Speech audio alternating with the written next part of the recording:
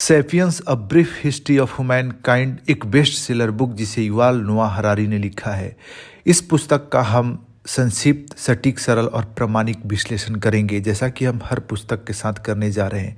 Homo sapiens मानव जाति की उत्पत्ति, विकास, उनके व्यवहार, समाज के निर्माण और भविष्य की संभावनाओं का गहराई से विश्लेषण करता है। इस पुस्तक के 4 प्रमुख संदेश हैं। मानवता का इतिहास जो है वह सहयोग और कल्पना का परिणाम है। हमारी अधिकांश मान्यताएं जैसे धर्म, पैसा और कानून काल्पनिक है। तीसरा, तकनीक और विज्ञान ने मानवता को बहुत आगे बढ़ाया है, लेकिन इससे नई समस्याएं भी पैदा हुई है। भविष्य में मानवता के अस्तित्व पर सवाल भी खड़ा करता है यह पुस्तक। तो पहला आइए हम समझते हैं संज्ञानात्मक क्रांति, कॉग्निटिव रिवॉल्यूशन। लगभग 70,000 साल पहले से 30,000 साल पहले तक मानव जाति की संज्ञानात्मक सोचने और समझने की क्षमताओं का विकास हुआ, जिसने इंसानों को अन्य प्रजातियों से अलग कर दिया। यह एक महत्वहीन जानवर ही था। इंसान 13.5 अरब साल पहले बिग बैंग के बाद ब्रह्मांड का निर्माण हुआ। होमो सैपियंस पृथ्वी पर लगभग 2 लाख साल पहले अस्तित्व में आए। प्रारंभ में इंसान अन्य जानवरों की तरह ही एक महत्वहीन प्रजाति थे। पृथ्वी पर इंसानों के अलावा और भी होमो प्रजातियां थी, जैसे होमो निएंडरथल, होमो इरेक्टस, होमो फ्लोरेशियंसिस। अब सवाल ऐसे उठता है कि सैपियंस क्यों जीवित बचे और बाकी प्रजातियां क्यों विलुप्त हो गई। इसका मुख्य कारण है कल्पना। लगभग 70,000 साल पहले संज्ञानात्मक क्रांति हुई। इंसान ने जटिल भाषा और संवाद विकसित किया। इंसानों ने काल्पनिक कहानियों जैसे धर्म, राष्ट्र, पैसा का निर्माण किया। इन कहानियों ने लाखों अजनबियों को एक साथ काम करने में मदद की। यह मिथकीय सोच इंसानों की सबसे बड़ी ताकत बन गई। होमो सैपियंस ने अन्य प्रजातियों जैसे निएंडरथल्स को विलुप्त कर दिया। यह सामाजिक सहयोग और लचीलापन की वजह से संभव हुआ। इंसानों ने अन्य प्रजातियों और जानवरों पर अपना प्रभुत्व स्थापित करना शुरू किया। शिकारी संग्राहक समाज छोटे समूहों में रहते थे और उनका जीवन प्रकृति के साथ संतुलित था। उनकी जीवन शैली कम श्रम साध्य थी और उनकी आहार विविधता से भरपूर थी। फिर हो जाता है कृषि क्रांति। लगभग 10,000 साल पहले यह वह समय है जब इंसानों ने शिकार और संग्रहण छोड़कर खेती और अस्थायी बस्तियों की ओर अपना रुख किया। लेकिन युवाल नोआ हरारी इस इतिहास का सबसे बड़ा धोखा बताते हैं। क्यों? क्योंकि इंसान ने खेती को अपनाया, जिससे अधिक खाद्य उत्पादन संभव हुआ। और हरारी इसे सबसे बड़ा धोखा कहते हैं, क्योंकि खेती ने इंसानों को कठिन श्रम में झोंक दिया। उनका भोजन सीमित और पोषण में कमजोर हो गया। आबादी बढ़ी, लेकिन जीवन की गुणवत्ता कम हो गई। फिर होता है कृषि क्रांति ने बड़े समाजों और अस्थायी बस्तियों को जन्म दे दिया। सामाजिक वर्गों और असमानताओं की शुरुआत हुई। राजाओं, पुरोहितों और किसानों के अलग अलग वर्ग बने।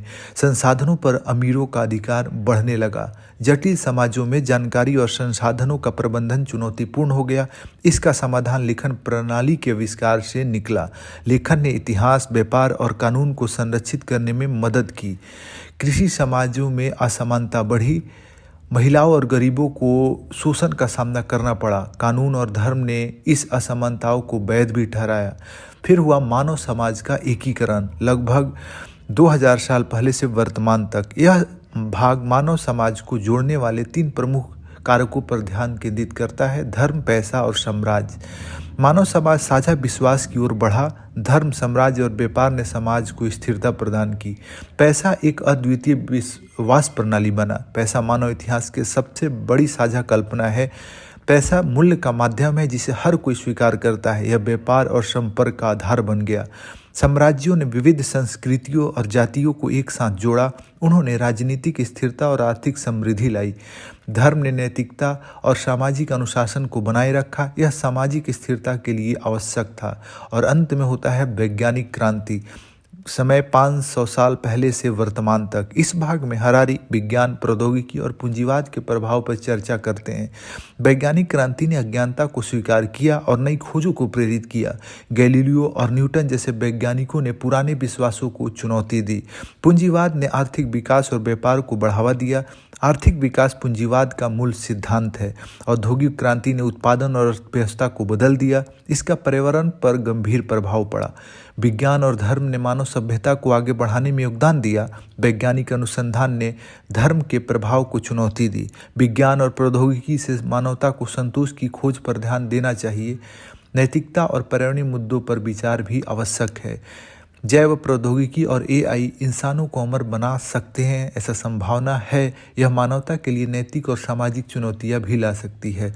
इंसान सुपर ह्यूमन बन सकते हैं, लेकिन यह मानवता के अंत का कारण भी बन सकता है। तकनीकी विकास से संतुलन आवश्यक है।